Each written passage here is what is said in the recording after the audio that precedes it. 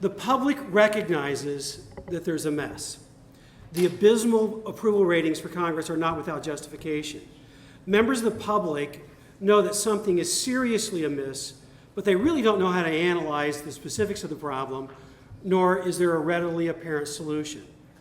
The crushing intergenerational debt, a government that spies on all of its citizens and justifies that spying as being in the public's self-interest, regulations that hamper business development and steal our freedom to create jobs, and the ever-present runaway government spending, not for the purpose of the long-range good of the nation, but the spending is simply done to reassure the election of political incumbents. These are just the elements of the problem, but they all arise from a common core. And that core is this: America, at least the Washington, D.C. version of America, no longer believes and no longer follows its first principles. The founders believed in limited government. Washington, D.C. believes in the growth of its power. The founders believed in genuine checks and balances between the branches. Washington, D.C. practices collusion between the federal branches. No federal court has ruled since 1936 that Congress has violated its power to tax and spend. 1936 is the last time.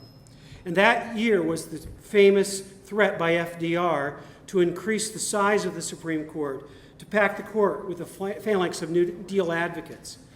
The court then changed its mind about how to interpret the Constitution. And the New Deal was Congress could legislate as long as it pleased, so long as Congress then let the court manipulate the Constitution as it pleased. That's the deal. Presidents and executive branch agencies legislate despite the fact that in Article 1, Section 1, it says all legislative power is vested in the Congress of the United States. Congress uses an utterly anti-historical view of the General Welfare Clause to do indirectly what it could never do directly, that is, force state legislatures to adopt policies and laws that Congress wants, rather than the policies and laws that the state's own voters want. The Supreme Court repeatedly declares the following maxim, and this statement is at least in a dozen Supreme Court decisions, and I quote to you directly: "The only check upon our exercise of power is our own sense of self-restraint." Why is this being allowed to happen? Well, the people have forgotten the principle that our founders knew well. If the people do not force government to stay strictly within its delegated authority, government will become the master rather than the servant. The public distrust of government arises from a subconscious realization that we're slowly losing our status as sovereign citizens and are incrementally on the path to becoming subservient subjects to an all-powerful government. If we think that the solution to the underlying problem is to adopt one or two specific policy proposals that will be wiser and more sustainable, we're sadly missing the point. The ultimate problem is not money. The problem is power.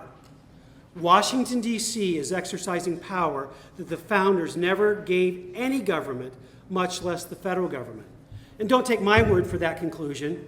Here's what the Supreme Court said in a majority opinion in a case where they approved the exercise of power, despite the fact that, as you're going to see, they said it was anti-historical for them to do so. Here's the direct quotation.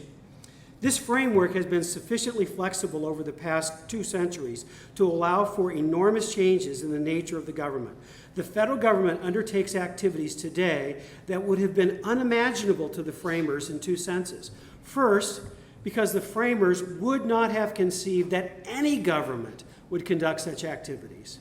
And second, because the framers would not have believed that the federal government, rather than the states, would assume such responsibilities. Yet the powers conferred upon the federal government by the Constitution were phrased in language broad enough to allow for the expansion of the federal government's role."